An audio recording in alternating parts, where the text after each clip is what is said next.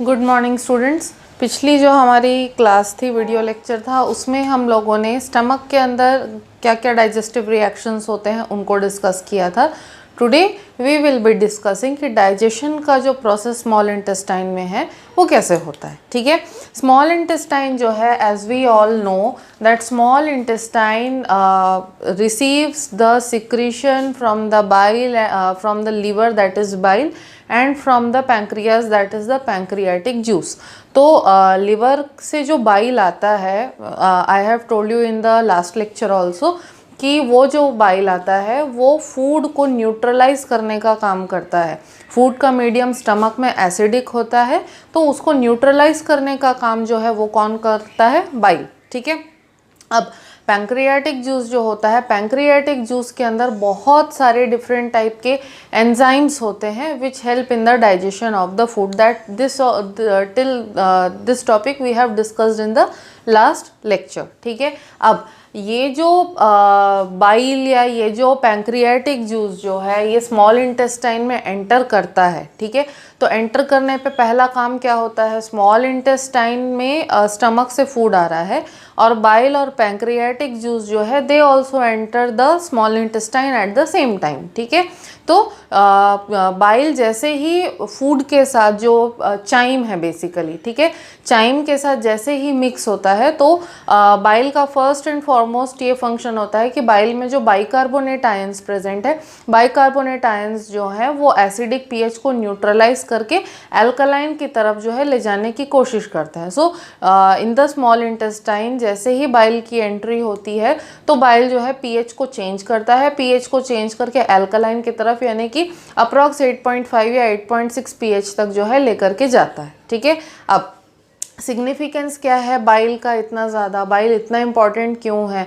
क्योंकि अगर बाइल जो है वो फूड के मीडियम को या चाइम के मीडियम को अल्कलाइन नहीं बनाएगा तो there are many enzymes present in the pancreatic juice and other secretions that come out from the intestine. So these secretions or the pancreatic juice they contain a lot of different types of enzymes. ठीक है, तो ये जो enzymes है they will only work in alkaline environment only or they will be activated in the alkaline pH only.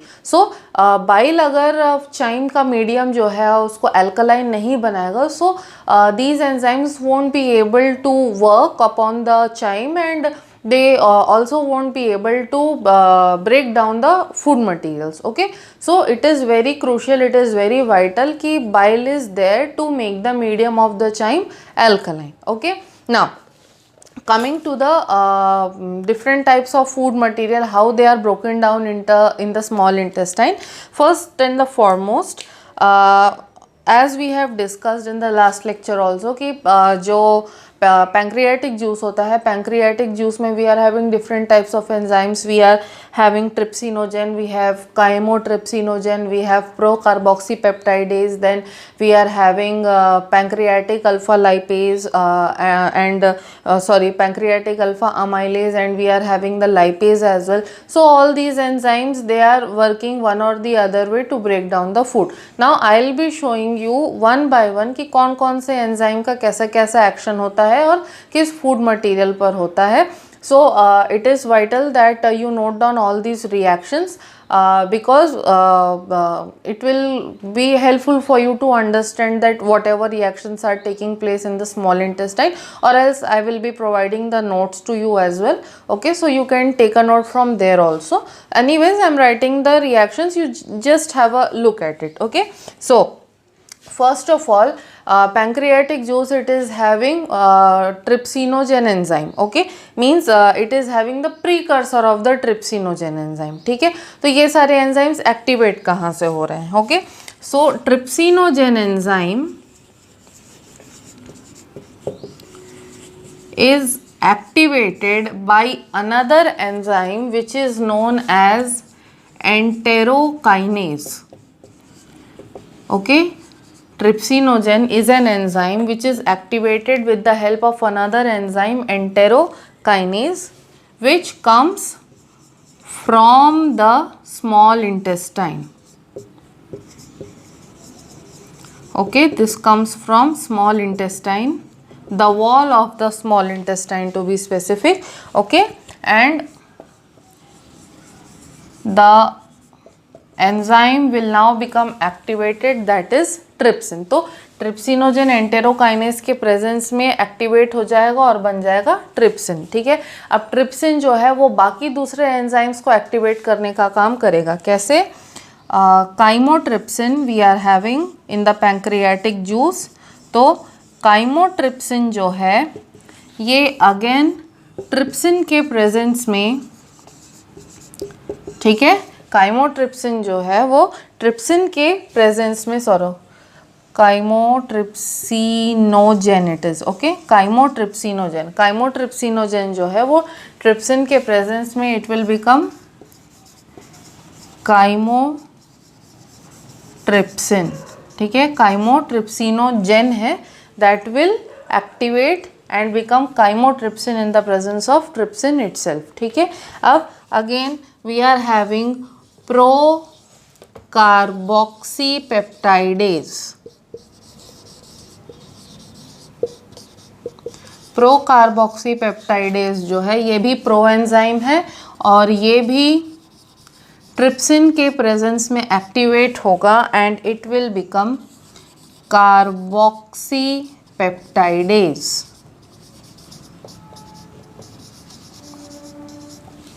Like this, it will also become activated in the presence of trypsin and it will become carboxypeptidase. ठीक है, then what will happen after this? इसके बाद क्या होगा?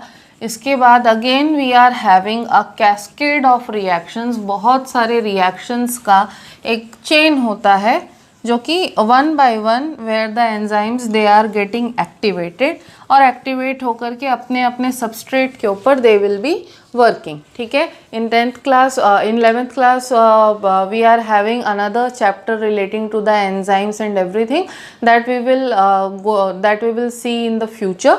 So there you will be having means the broader concept of the enzymes and how they are working.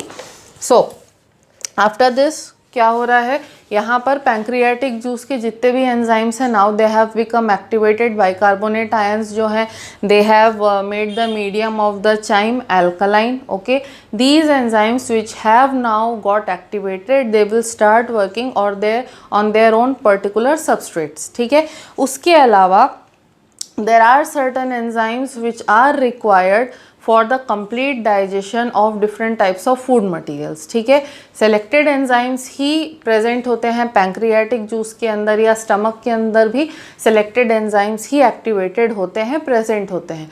तो बाकी जो food materials है, बाकी जो substances हैं, उनका complete breakdown कैसे होगा? ठीक है, तो food materials का या nutrients जो हैं उनका complete breakdown करने के लिए, ठीक है, जो इंटेस्टाइन की वॉल होती है, ठीक है, स्मॉल इंटेस्टाइन की जो वॉल होती है, स्मॉल इंटेस्टाइन की वॉल में इस तरीके से गॉबलेट सेल्स होते हैं. ठीक है, these cells they are known as the goblet cells. तो ये जो गॉबलेट सेल्स होते हैं they are producing certain secretions and these secretions they are rich in different types of enzymes. For example we are having lipases, we are having nucleases, we are having transferases and different types of enzymes they are present in the secretion of the goblet cells.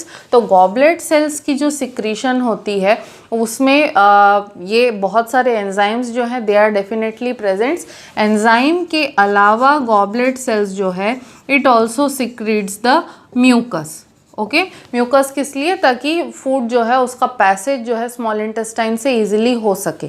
ठीक है, तो enzymes plus mucus का secretion जो है that is done by the goblet cells. तो goblet cells की ये जो सिक्रीशन होती है this secretion is known as succus entericus.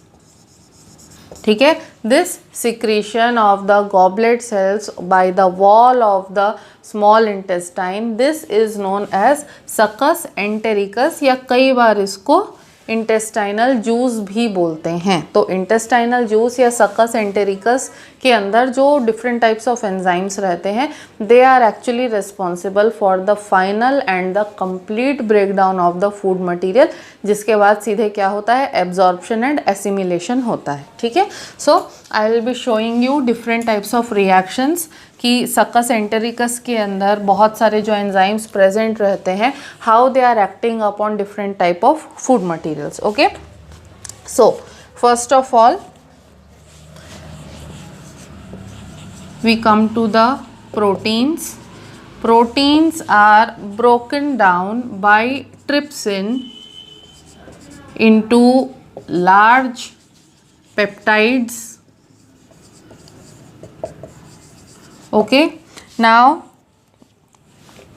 proteins are also broken down into large peptides by chymotrypsin as well. Okay, chymotrypsin and trypsin both have the same substrate, that is the protein. ठीक है, now what will happen, elastin is also a nutrient जो कि elastase नाम के enzyme के help से, elastin क्या है, फाइबर होते हैं, फाइब्रस प्रोटीन्स होते हैं which are present in different types of food material. तो elastin is also a protein, ठीक है, जो कि इलास्टेज नाम के एंजाइम के हेल्प से again it will break down into large peptides. ठीक है, after this what will happen to the large peptides, large peptides जो हैं again they will further undergo the process of digestion. यहाँ पे एक्शन में आते हैं carboxy peptidases. Okay, carboxy peptidases are working over here and they are converting the larger peptides into dipeptides plus amino acids like this। ठीक है, larger peptides जो होते हैं they further break down into dipeptides and amino acids by the reaction, by the help of carboxy peptidases. ठीक है, after this what will happen,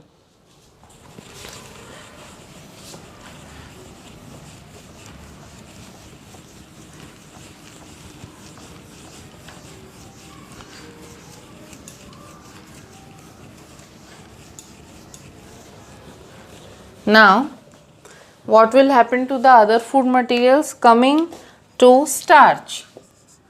starch जो है 30% it is digested in the mouth itself, बाकी जो 70% बचता है that is digested in the stomach and the small intestine। okay, so starch will break down in the influence, under the influence of pancreatic alpha amylase। okay, it will get converted into maltose, isomaltose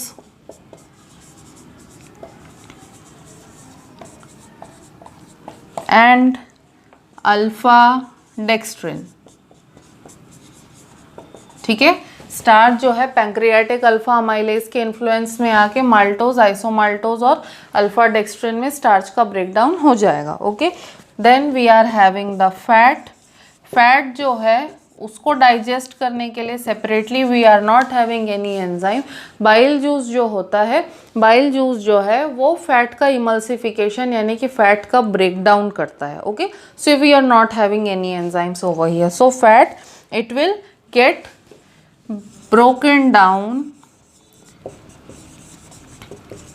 into fine particles. These fine particles are known as emulsified fat। emulsified fat मतलब broken down fat particles। तो ये जो emulsified fat होता है इसके से छोटे छोटे छोटे particles बनते हैं। Okay, these small particles they are known as the micelles।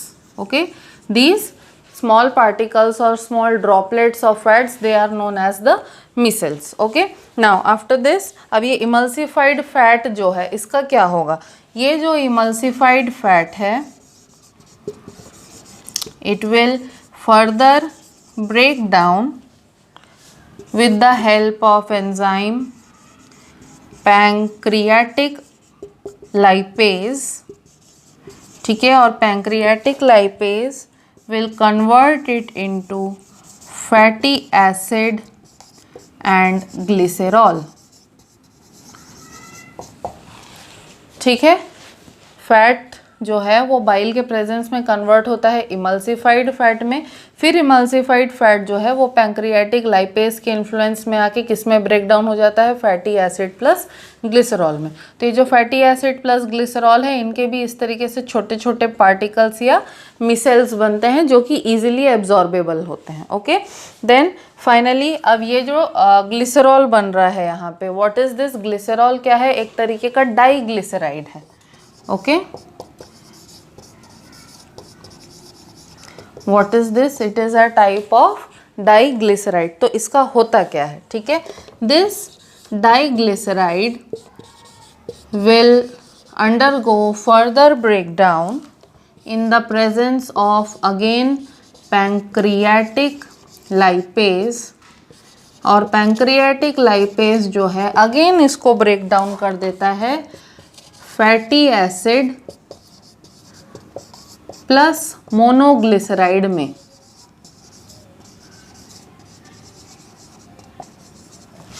ठीक है, तो अब ये जो है डाइग्लिसराइड या ग्लिसरॉल जो है इसका फर्दर ब्रेकडाउन होगा पैंक्रियाटिक लाइपेज के इन्फ्लुएंस में, it will get converted into fatty acid plus monoglyceride. ठीक है, now further what will happen, और भी न्यूट्रिएंट्स हैं, ठीक है, उनका क्या होगा,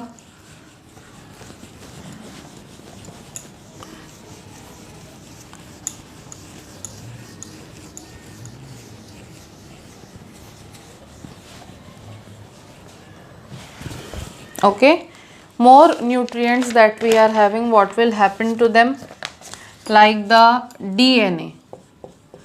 ठीक है, DNA जो है वो DNase एंजाइम के प्रेजेंस में कन्वर्ट हो जाता है डीऑक्सी राइबो न्यूक्लियोटाइड्स में। डीऑक्सीराइबोन्यूक्लियोटाइड्स क्या है, they are monomers of the DNA. ठीक है, similarly we are having RNA. ठीक है, आरएनए जो है वो आरएनएज एंजाइम के इन्फ्लुएंस में again it will get converted into ribonucleotides. ठीक है, then we are having large peptides, जिसको हमने पहले के रिएक्शंस में देखा था। Large peptides they will get converted in the presence of aminopeptidases. There is an enzyme aminopeptidases. ठीक है, अमीनोपेप्टाइडेजेस के इन्फ्लुएंस में आकर के they will get converted into dipeptides plus amino acids. अब डाईपेप्टाइड्स का क्या होगा, dipeptides again undergo breakdown with the influence of dipeptidases, and again another enzyme dipeptidases, and it will convert into amino acids. These amino acids can be readily absorbed. Okay, then we are having maltose, isomaltose। इसका क्या होगा, maltose जो है again किसके influence में आएगा, maltase enzyme के influence में आएगा और कन्वर्ट होगा टू ग्लूकोज में। Glucose can be easily absorbed by the intestinal villi. We are having isomaltose. Isomaltose भी अगेन आइसोमाल्टेज एंजाइम के इन्फ्लुएंस में आएगा। आइसोमाल्टेज के प्रेजेंस में it will get converted again into two glucose which will be readily absorbed.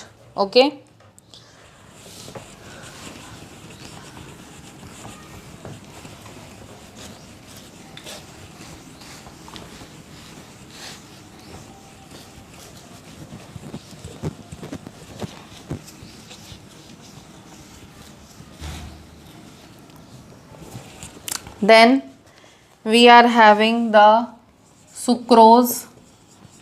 Sucrose enzyme जो है वो सुक्रोज शुगर जो है वो सुक्रेज एंजाइम के इन्फ्लुएंस में ग्लूकोज एंड फ्रक्टोज में स्प्लिट हो जाएगा, ब्रेक डाउन हो जाएगा। Okay, we are having lactose.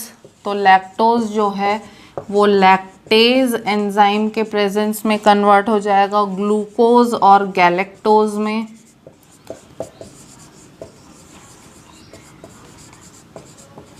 Okay, we are having alpha डेक्स्ट्रिन्स।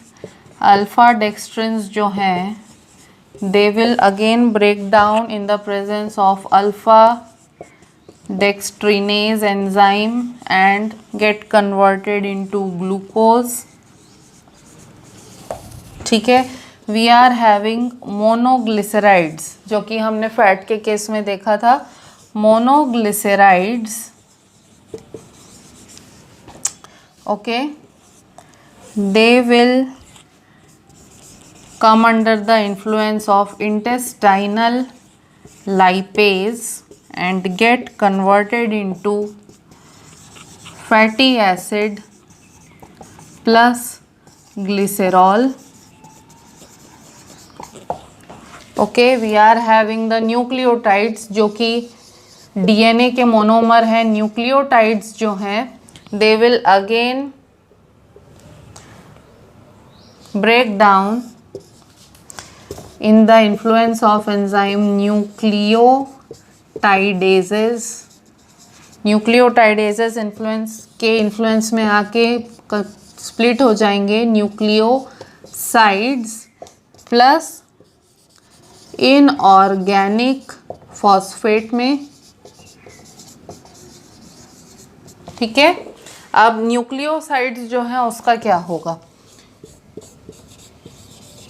Nucleosides जो हैं ये अगेन इन्फ्लुएंस में आएंगे न्यूक्लियोटाइडेजेस एंजाइम के, और न्यूक्लियोटाइडेजेस जो है इसको कन्वर्ट कर देंगे नाइट्रोजिनस बेस प्लस शुगर में। ठीक है, so in this way different nutrients they will be broken down in the influence of different types of enzymes। they will be converted into their simplest forms, मतलब कि monomers के form में convert कर दिए जाएंगे। तो जब फाइनली मोनोमर्स बन जाते हैं, ठीक है, उस टाइम पे क्या होता है? अभी तक हम लोग क्या डिस्कस कर रहे थे कि चाइल है, चाइल के ऊपर ये चाइम जो है, चाइम के ऊपर पूरा एक्शन जो है ये चल रहा था, जो कि सेमी डाइजेस्टेड फूड था। अब फाइनली डाइजेशन का पूरा प्रोसेस कंप्लीट हो गया, सारे जो न्यूट्रिएंट्स हैं वो अपने अपने मोनोमर्स में कन्वर्ट हो गए। तो इस टाइम पे जो डाइजेस्टेड फूड होता है वो एक वाइट और मिल्की सा सब्सटेंस बन जाता है। तो ये जो वाइट और मिल्की सब्सटेंस होता है, जो फाइनली जो फाइनल प्रोडक्ट होता है डाइजेशन का, that final product is known as the chyle. तो अभी तक हम लोग किस पे डिस्कस कर रहे थे कि ये सारा फंक्शन कहाँ हो रहा था? चाइम में हो रहा था। ठीक है, चाइम जो है वो कम्प्लीटली डाइजेस्ट हो जाएगा। सो फाइनल डाइजेशन का जो प्रोडक्ट बाहर निकल के आएगा that is a milky substance. That milky substance is known as the chyle. और ये जो चाइल है अब इसको जो है इंटेस्टाइनल विलाई क्या करेगा? एब्जॉर्ब करेगा और बॉडी के डिफरेंट पार्ट्स तक क्या करेगा? ट्रांसपोर्ट करेगा। ठीक है, तो this was the process of break down of the macromolecules. ठीक है, अब होता क्या है इसके बाद? इसके बाद ये होता है कि जो इंटेस्टाइनल विलाई होता है, intestinal villi will be absorbing all these nutrients. ठीक है, इनको एब्जॉर्ब करेगा, एक्स्ट्रा वाटर जो है उसको एब्जॉर्ब करेगा। उसके बाद जो वेस्ट मटेरियल बचता है, जो कि solid semi solid waste material होता है, this semi solid waste material this is now called as the faeces, which is removed time to time from outside our body, because this feces, it is not useful for us and its accumulation may lead to different other problems. So this waste material, it is ejected outside of our body time to time, ठीक है। अब absorption जो हो रहा है, ठीक है, ये एब्जॉर्प्शन जो है वो किस किस लोकेशन पे होगा, कैसे कैसे होगा, क्योंकि न्यूट्रिएंट्स का जो एब्जॉर्प्शन है that will be taking place in the intestinal villi, कहाँ पर, स्मॉल इंटेस्टाइन में। लेकिन लार्ज इंटेस्टाइन का काम क्या है, लार्ज इंटेस्टाइन का काम ये है कि जितना एक्स्ट्रा वाटर है उसको एब्जॉर्ब किया जाए, कुछ मिनरल्स अगर रिमेनिंग है तो वाटर के साथ साथ वो भी एब्जॉर्ब हो जाते हैं, और फाइनली जो लार्ज इंटेस्टाइन होता है उसमें सॉलिड वेस्ट मटेरियल यानी कि फेसिस का फॉर्मेशन जो है होता है, ठीक है। अब ये जो पूरा प्रोसेस होता है ये हमारे नर्वस सिस्टम के कंट्रोल में होता है, ठीक है, क्योंकि बिना कंट्रोल के ये सारे जो प्रोसेसेस हैं ये रेगुलेट नहीं हो पाएंगे और प्रॉपरली चल नहीं पाएंगे। तो the intrinsic neural system is in direct contact, or we can say that the intrinsic neural system is embedded within the walls of the small large intestine, or so to say the whole alimentary canal, ठीक है। जो पूरा alimentary canal होता है उसमें intrinsic nervous system का network होता है, इंट्रिंसिक नर्व्स जो होते हैं उनका नेटवर्क होता है, और वो जो है इनवॉलेंटरीली ये सारे जो रिएक्शंस चलते हैं हमारे बॉडी में, या हम लोग जो कहते हैं कि भूख का लगना या प्यास का लगना, सो ऑल दीज थिंग्स, जैसे कि भूख लगना, प्यास लगना, या खाना खाने पे जब पेट भर जाता है तो पेट भरने की जो फीलिंग आती है, ठीक है, so all these things are carried out by the internal या इंट्रिंसिक नर्वस सिस्टम। और इंट्रिंसिक नर्वस सिस्टम के जो इंट्रिंसिक नर्व्स होते हैं they are having a wide network in whole of the alimentary canal, so that all these functions they can be controlled properly, okay. So जो gastrointestinal tract होता है right from our mouth to the anus, ठीक है, तो gastrointestinal किस लिए बोल रहे हैं, क्योंकि we are considering the glands as well, ठीक है, हम लोग ग्लैंड्स को भी साथ लेके चल रहे हैं, लिवर, पैंक्रियाज, सलाइवरी ग्लैंड को भी हम लोग साथ में लेके चल रहे हैं, that is why we are calling it as the gastrointestinal tract. तो गैस्ट्रोइंटेस्टाइनल ट्रैक्ट जो है that is completely under the control of the intrinsic nervous system which will be controlling all the functions that are taking place in the alimentary canal, or so to say the gastrointestinal tract, ठीक है। now ये absorption जो हुआ, ठीक है, absorption कैसे, कौन कौन से मेथड से होता है, क्योंकि ट्रांसपोर्ट ऑफ सब्सटेंस ही हो रहा है बेसिकली, ठीक है, तो एब्जॉर्प्शन जो है उसके भी कुछ कुछ पर्टिकुलर मेथड्स हैं, ठीक है, जैसे कि एब्जॉर्प्शन एक्टिव ट्रांसपोर्ट से भी हो सकता है, ठीक है, it can take place with the help of passive transport, okay, it can take place with the help of simple diffusion, okay, or it can also take place with the help of facilitated diffusion as well, ठीक है। तो ये जो चारों different तरीके के transport के systems हैं they are enabling the absorption of nutrients in the small intestine, ठीक है। तो जैसे कि अगर हम लोग शुगर्स के या ग्लूकोज के बारे में अगर हम लोग बात करते हैं, ग्लूकोज जो है that is the simplest form of the sugar, तो ग्लूकोज का एब्जॉर्प्शन जो होता है वो या तो सिंपल डिफ्यूजन के भी हेल्प से हो सकता है, या फैसिलिटेटेड डिफ्यूजन से भी हो सकता है, या फिर एक्टिव ट्रांसपोर्ट से। तीनों मेथड से जो है ग्लूकोज का एब्जॉर्प्शन हो सकता है।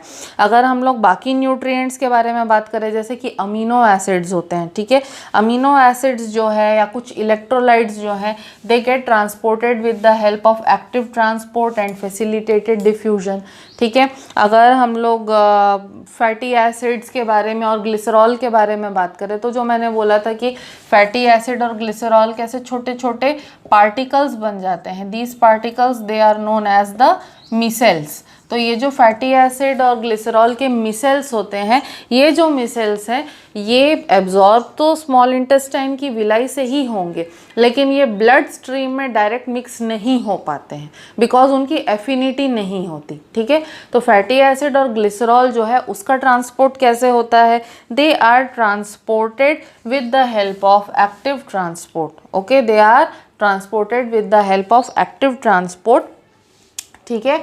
और उनको ट्रांसपोर्ट करने के पहले मिसेल्स में कन्वर्ट किया जाता है। जब वो मिसेल्स में कन्वर्ट हो जाते हैं देन उनका ट्रांसपोर्ट होता है। तो जो मैंने आप लोगों को बताया था कि स्मॉल इंटेस्टाइन की जो विलाई होती है उसमें ब्लड की कैपिलरीज तो होंगी, ब्लड की कैपिलरीज होने के अलावा एक लिम्फ का वेसल भी होता है।